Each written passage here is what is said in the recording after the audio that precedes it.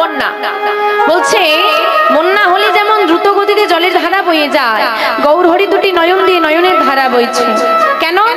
বলছে আমাদের কারণে, আমাদের মতো কলিহত জীবের কারণে। গৌরহরি যিনি স্বয়ং ভগবান, তিনি নিজে এসে সবে কিছু ত্যাগ করে ভিখারির বেশ ধারণ করলেন। ভিখারির বেশ ধারণ করে কলির জীবে দাঁড়িয়ে দাঁড়িয়ে গিয়ে হাতে ধরে পাই ধরে অযাচিত ভাবে স্বয়ং ভগবান নাম প্রচার করছে। আজকে এখানে নাম করানো হচ্ছে বাবা, হ্যাঁ আপনারা শুনতে এসেছেন। কমিটির বাবাদেরকে কত ব্যয় করে এত সুন্দর নামের আয়োজন করতে হয়েছে, আপনারা শুনতে এসেছেন। কিন্তু একদিন আমার গৌরহরি যেচে নাম দিচ্ছে, কিন্তু কেউ নিচ্ছে না। এই দুঃখে গৌরহরি কাঁদছে। আর কাঁদতে কাঁদতে বাবা বলেছিল ওই নবদ্বীপের মাটিতে দাঁড়িয়ে, আজ আমি যেচে প্রচার করে গেলাম, কেউ নিল না। একটা দিন আসবে, শুধু এই ভারতবর্ষের মাটিতে নয়, এই সনাতন ধর্মী মানুষদের মধ্যে নয়, পৃথিবীতে যতই আছে নগরাদি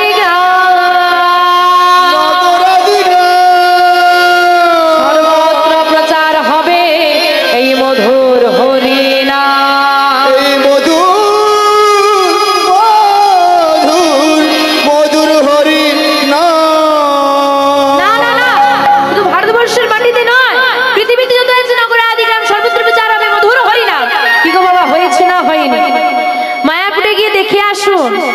কত অস্ট্রেলিয়া, আমেরিকা থেকে এসেছে, ফ্রান্স থেকে এসেছে, কৃষ্ণ বলতে পারি না, কৃষ্ণা সেই নামে তারা নামে মেতে গেছে। আমরা সংসারের কাজ ত্যাগ করে 2 মিনিট সময় গোবিন্দকে দিতে পারি না। কিন্তু বাবা ওই ইস্কন মন্দিরে গিয়ে যদি মায়াপুরে গিয়ে দেখা যাবে তারা তাদের দেশ ত্যাগ করে, তারা তাদের ঘর বাড়ি ছেড়ে দিয়ে চলে এসেছে আমার গৌর গোবিন্দকে ভালোবেসে। কিন্তু আমরা এমন কলি হত জীব, আমরা আমাদের নিজেদের ঘরের ঠাকুর তাকে আমরা চিনতে পারলাম না। আমা আজ থেকে 537 বছর পূর্বে 1407 শকাব্দের 23শে ফাল্গুন 1486 খ্রিস্টাব্দে দোল পূর্ণিমা তিথিতে এই ভারতবর্ষের মাটিতে, পশ্চিমবাংলার মাটিতে, ওই নদিয়া জেলার নবদ্বীপ ধামে সচি মায়ের কোল আলো করে এসেছিল আমার গৌরহরি। নিম বৃক্ষের তলায় জন্ম নিল বলে অদ্বৈত আচার্যের স্ত্রী সীতা ঠাকুরানী নাম রাখলো নিমা। আমাদের কলিজীবের আয়ু কত গো? ও বাবা আয়ু কত? 100। কিন্তু বাবা দুর্ভাগ্যের বিষয় আমার গৌরহরি এই ধরাধামে লীলা করেছেন মাত্র 48 বছর। মাত্র 24 বছর গৃহলীলা, 24 বছর সন্ন্যাসীলা। 1407 শকাব্দে আবির্ভাব হলো, 1431 শকাব্দে যখন 24 বছর বয়স হলো, উনি তখন বর্ধমান জেলার কাটোয়ায় কেশব ভারতী মহাশয়ের কাছে সন্ন্যাস মন্ত্র গ্রহণ করলেন। তখন গিয়ে তার নাম হলো শ্রীকৃষ্ণ চৈতন্য মহাপ্রভু। বলিয়ে শ্রীকৃষ্ণ চৈতন্য মহাপ্রভু কি, শ্রীকৃষ্ণ চৈতন্য মহাপ্রভু কি, শ্রীকৃষ্ণ চৈতন্য মহাপ্রভু কি। আমাদের মতো মূর্খ কলিহত জীবকে উদ্ধার করার জন্য আমার গৌরহরি নেমে এলেন। আমার গৌর নিতাই যদি কৃপা করে না এসে এমন সুন্দর নাম যদি প্রচার না করতো, আজকে এমন সুন্দর বৃন্দাবনে বসে যে আমরা নাম আস্বাদন করছি এটা পারতাম না। সবই আমার নিতাই গৌরের কৃপা। তাই মা, আমার নিতাই গৌর ছাড়া তো কিছুই এ জগতে নেই। তাই নিতাই গৌরকে মায়েরা যারা ভালোবাসে একটু জোরে উলুধ্বনি দেন দেখি। আমার গৌর এলো রে এই সোনার। আমা গৌরহরি কোথায় এসেছে গো? সোনার নদিয়ায়। নদিয়ায় ক কেজি সোনা পেয়েছেন? যে সোনার নদিয়া সোনা আছে, সোনা আছে। আরে গৌরহরি এসেছে, আর গৌরহরির গায়ের বর্ণটা ছিল কাঁচা সোনার মতো, এই জন্য সোনার গৌর বলতো। আর সোনার গৌর এসেছে বলে সোনার নদিয়া বলে। কোন নদিয়া? আবার বলে সোনার নদিয়া। আরে এই নদিয়া আমরা কেন যাব?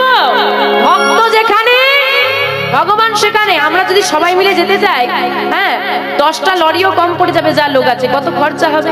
আর 2 ভাইকে যদি ডেকে নিতে পারি নিতাই গৌরকে, একটা মারুতি করলে চলে আসবে, কম খরচায় কাজ মিটে যাবে। তা যাবো কেন? সবাই মিলে ডাকলে আসবে না, জোর দিয়ে ডাকতে হবে তবে তো আসবে। তা আপনাদের সেই জোর আছে তো? তো দেখাতে হবে। দেখি একসঙ্গে বাহু তুলে। আমার গৌর এলো রে এই সোনার নদিয়া, উলুধ্বনি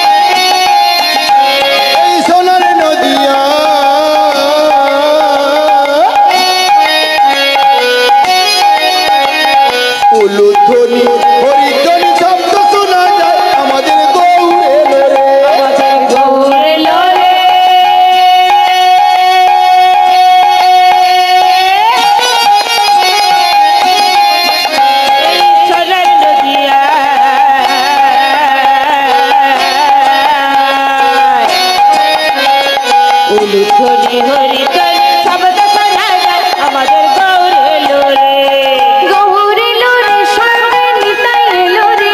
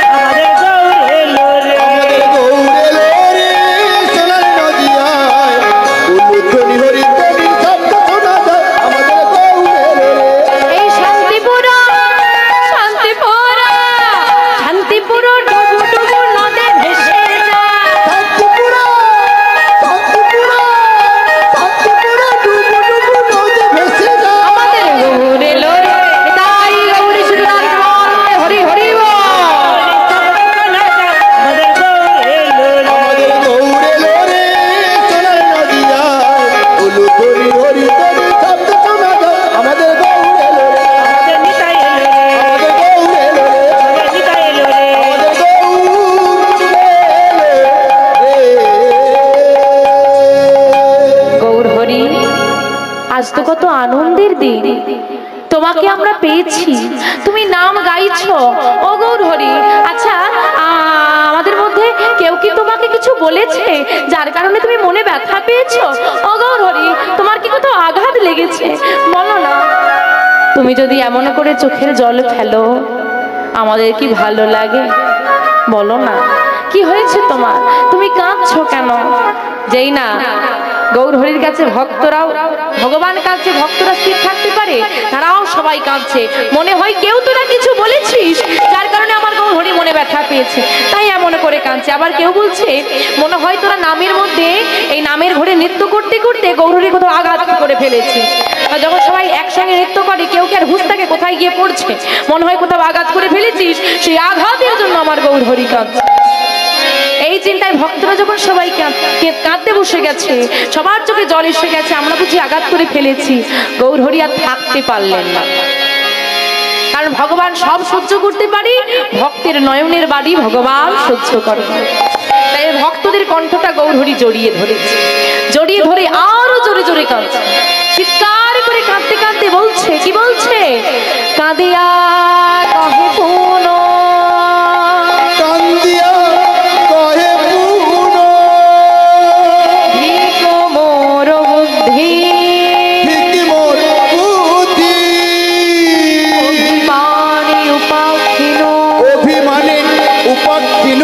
আমার কানো গুণানি অভিমানে অভিমানে অভিমানে উপাক্ষিনু আমার কানো গুণ নিধি। আমি কি করলাম? গৌরী চিৎকার করে করে কাঁদছে আর বলছে, বাবা এটা একটু মন দিয়ে শোনো, এই দুটো লাইন বোঝা লাগবে, এটাই হচ্ছে আসল ভাব, পুরো লীলার বিষয়বস্তুর সার অংশ। বলছে কাঁদিয়া কহে পুনো, কাঁদিয়া মানে কাঁদছে, কহে মানে বলছে, পুনো মানে বারবার একই কথা বারবার বলছে, পুনরাবৃত্তি করছে। কি? ধিক মোর বুদ্ধি, নিজের বুদ্ধিকে ধিক্কার দিচ্ছে। ছি আমি কি করলাম, ছি ছি ছি ছি। কি করেছে? অভিমানে। মায়েরা মান করেন তো? মান করেন? ও মা মান করো, হ্যাঁ কি না জোরে বলো, তাড়াতাড়ি বলো। হ্যাঁ, যে সমস্ত মায়েরা মান করো না আর যে সমস্ত মায়েরা কম কম করো, সবাইকে বলে যাচ্ছি জোরে বেশি বেশি করে মান করবে। বাবা বলে এমনিতেই ঘরে আর টেকা যাচ্ছে না, এই মেয়ে আবার শিখিয়ে দিয়ে যাচ্ছে বেশি করে মান করে। মনে রাখবে মা, যে নারীর, নারী মানে বুঝো তো, বাহ, যে নারীর মান নাই সে নারীর মান নাই। মানে বুঝলে? একই কথা দুবার বলেছি তাও বলছে হ্যাঁ। না বুঝলে বুঝেছিস তো? হ্যাঁ, হরি বল হরি বল। যে নারীর মান নাই, যে নারী অভিমান করতে পারে না, সে নারীর মান নাই, সে নারী মান পায় না, সম্মান পায় না। নারীর হচ্ছে মান সর্বস্ব ধন। তাই বলছে অভিমানী উপাক্ষিন, আমি মান করে উপেক্ষা করেছি কাকে? কানু গুণনিধি। কানু গুণনিধি মানে কৃষ্ণকে। বলছে ছিছি আমি কি করলাম? আমি সামান্য মান করে আমার বধূ কৃষ্ণকে উপেক্ষা করলাম। কার কথা? কথাটা কার? গৌর হরি। গৌর হরি কৃষ্ণকে পাবে কি করে যে উপেক্ষা করবে? আরেকটু গভীরে ঢুকতে হবে বাবা। কার কথা গো? গৌর হরি। গৌর হরি মাথা থেকে বার করে দাও, যা শুনেছো বার করে দাও। শুধু এইটুকু লাইন শোনো যে ছি ছি ছি আমি কি করলাম? সামান্য মান করে আমার প্রাণবধূ কৃষ্ণকে উপেক্ষা করলাম। কার কথা? এইবার দুটোকে মেলাও। বাবা বলেছে গৌর হরি, তোমরা বলছো রাধারানী, তার মানে কথাটা রাধারানী বলছে কে? গৌর হরি। এইবার চিন্তা করে দেখো, দাপর যুগে রাধারানীর বলা কথা কলি যুগে দাঁড়িয়ে গৌর হরি বলছে। বলছে কি করে? তার মানে রাধারানীর ভাবটাই তার মধ্যে এসে গেছে। কারণ গৌর হরি একা নয়, বহিরঙ্গেরাই অন্তরঙ্গে সব, দুই মিলি এক হলো গৌর গুণধাম।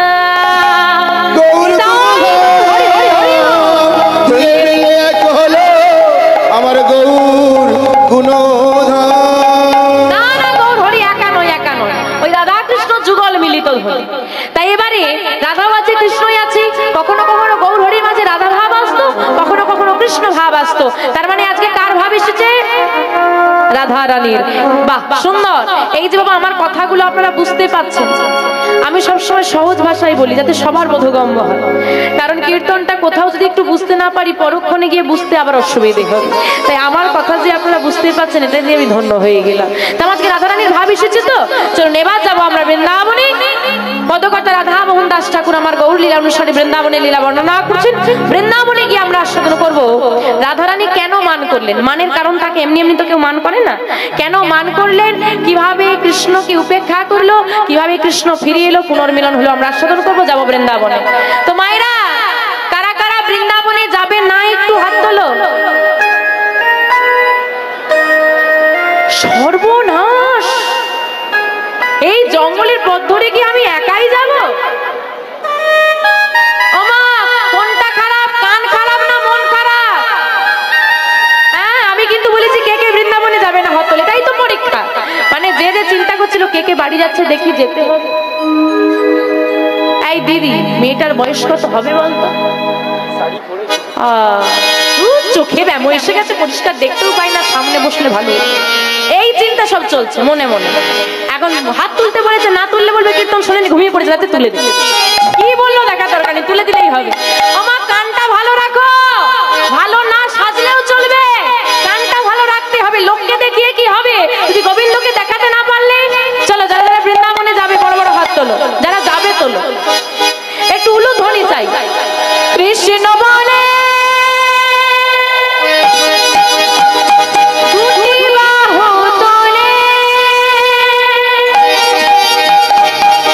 চলো রে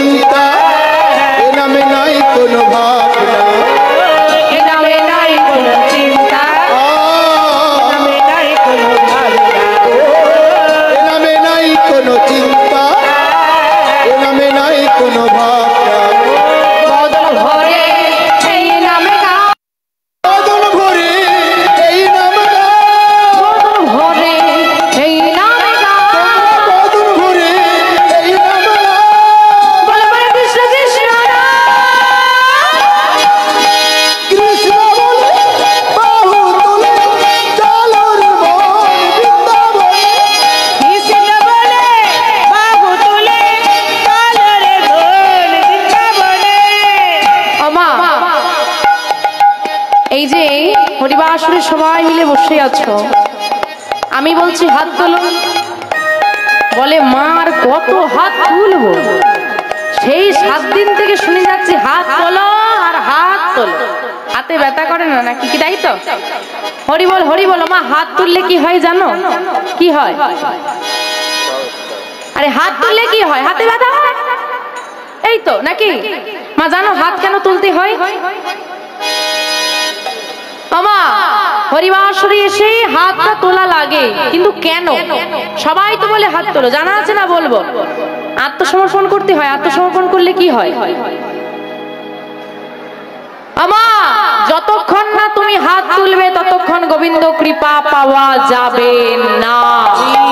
যতই কীর্তন শোনো, যতই হরি হরি বলো, দেখবে গোবিন্দের কাছে প্রণাম করতে এলেও আগে হাতটা তুলতে হয়, তারপর প্রণাম করতে হয়। কেন জানো মা? কৃপা হবে না। আচ্ছা, হাত তোলার সময় কৃপার কি সম্পর্ক? হাত তুললেই কৃপা হবে, নাহলে হবে না? কে বলেছে এমনটা? প্রমাণ মহাভারত। মহাভারতে প্রমাণ আছে, বলবো না থাকবে? বলবো। আমা শিশুপালের মা, দেখো ছেলে কেমন মা ছাড়া কেউ জানে না। মা কিন্তু কোনায় কোনায় জানে আমার ছেলে কেমন। শিশুপালের মা এসে বলছে, কৃষ্ণ বলো পিসিমা, আমি তোর কাছে তো কোনোদিনই কিছু চাইনি, আজকে চাইবো, দিবি? বলো পিসিমা কি চাইবে? তুই আমাকে কথা দে, আমার ছেলের শত অপরাধ তুই ক্ষমা করবি। কথা দিলা তোমার ছেলের শত অপরাধ ক্ষমা করব, কিন্তু 101টা হয়ে গেলে আর হবে না। শিশুপাল যখন অপরাধ বাড়তে শুরু করলো, কৃষ্ণ বলল, থেমে যাও শিশুপাল, থেমে যাও, আমি তোমাকে বধ করতে বাধ্য হব, থেমে যাও। থামার নাম নেই। যখন 100 অপরাধ পেরিয়ে গেল, সুদর্শন চক্র দ্বারা শিশুপালকে হত্যা করলো ভগবান। সুদর্শন চক্র যখন ফিরে এলো, খুব ক্রোধ নিয়ে এসেছিল, তো ভগবানের আঙুলটা কেটে গিয়েছিল। সবাই শিশুপালকে দেখতে গেল, কিন্তু কেউ খেয়াল করেনি ভগবানের আঙুলটাও কেটে গেছে। সেখান থেকে রুধিরপাত হচ্ছে। দেখেছিল একটা মেয়ে যার নাম দ্রৌপদী, সে সেই আঁচলটা ছিঁড়ে আঙুলটাতে বেঁধে দিয়েছিল। আর ভগবান মনে মনে বলেছিল, দ্রৌপদী তুমি তো আমাকে ঋণী করে দিলে, ঋণী হয়ে গেলাম না, বস্ত্রটা নিয়ে নিলাম, তা এই বস্ত্রের ঋণ আমি তোমাকে শোধ করে দেব। মনে মনে কথা দিল। এদিকে যখন দ্রৌপদীর বস্ত্র হরণ হচ্ছে, দ্রৌপদী এক হাতে বস্ত্রটাকে ধরে রেখেছে। তার আগে কিন্তু তার 5টা স্বামী ছিল। কটা স্বামী? 5টা স্বামী। 5টা স্বামীর কাছে গিয়ে করজোরে বলছে, স্বামী রক্ষা করো, কেউ কিন্তু করলো না। পিতামহ ভীষ্ম মাথা নত করে বসে আছে, কেউ দ্রৌপদীকে সাহায্য করেনি। দ্রৌপদী তখন বুঝে গেল, এ জগতের আমাকে সাহায্য করার মতো কারোর ক্ষমতা নেই। দ্রৌপদী আমাদের সবার মধ্যে আছে, তাই দ্রৌপদীর ভাবনাটা মাথায় ঢুকিয়ে নাও, এই জগতে কারোর আমাদেরকে সাহায্য করার ক্ষমতা নেই। যদি কেউ তোমাকে সাহায্য করতে পারে, সে হলো একমাত্র অনাদির আদি গোবিন্দ। তা তুমি বিপদে পড়েছো, কোনোদিন গোবিন্দ তোমাকে সাহায্য করেছে? এসে হাত ধরে তুলেছে? তোলেনি। তাহলে বলছে কেন? আচ্ছা, কোনোদিন রাস্তায় বিপদে পড়েছো, হঠাৎ একটা অচেনা ব্যক্তি এসে তোমাকে সাহায্য করলো, এরকম ঘটনা ঘটেছে? ওই ব্যক্তিকে যে পাঠিয়েছিল সেই হলো অনাদির আদি গোবিন্দ। তখন দ্রৌপদী এদিকে আঁচলে টান পড়েছে, আর আঁচলটা ধরে রেখে এক হাত তুলে বলছে, হে গোবিন্দ, এবার তুমি কৃপা করো। মা কৃপা করেছিল না। এই যে ধরে রেখেছে, লজ্জা ঘৃণা ভয় দিন থাকতে নয়, এরও আবার অর্থ আছে। বলছে লজ্জা ঘৃণা ভয় দিন থাকতে নয়, তা বলেই বাস্তব জগতে নয়, পারমার্থিক জগতে। বলছে লজ্জা করো না, বলে না নাম করতে সে লজ্জা করো না, মানে গোবিন্দের কাছে কোনোদিন লজ্জা করতে নেই। যেমন তুলসীর মালা পড়তে অনেকে লজ্জা করে, কেন করব? গোবিন্দের তো চরণে দাস আমরা, সেবা করতে লজ্জা করে। এখন ভগবান বলেছেন যে গোবিন্দের চরণে আসতে লজ্জা করো না। এখন ব্যাপারটা পুরো উল্টে গেছে। এখন গোবিন্দের চরণে যেতে সবাই লজ্জা করে, কিন্তু জগৎকে আর কেউ লজ্জা করে না।